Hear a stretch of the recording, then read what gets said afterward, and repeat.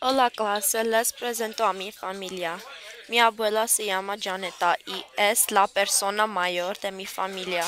Su cumpleaños es el 11 de febrero. Me gusta mi abuela porque ella es muy divertida. Ella es inteligente y cómica. Ella es baja, guapa y delgada. Los ojos son verdes y tiene el pelo corto. Mi hermana se llama Tina y es la persona menor de mi familia. Ella es de Armenia y tiene 22 años de edad. Le gusta bailar y cantar. Le gustan los animales. Tienen el pelo marrón y ella es alta, fuerte y guapa.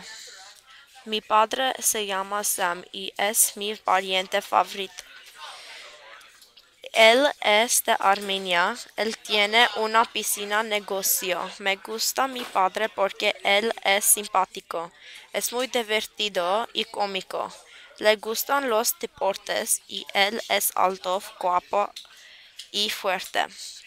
Mi madre se llama Lilith y ella es de Armenia también. Su cumpleaños es el 7 de septiembre. Ella es estilista. Ella es divertida y interesante. A mi madre le gusta bailar, nadar y correr.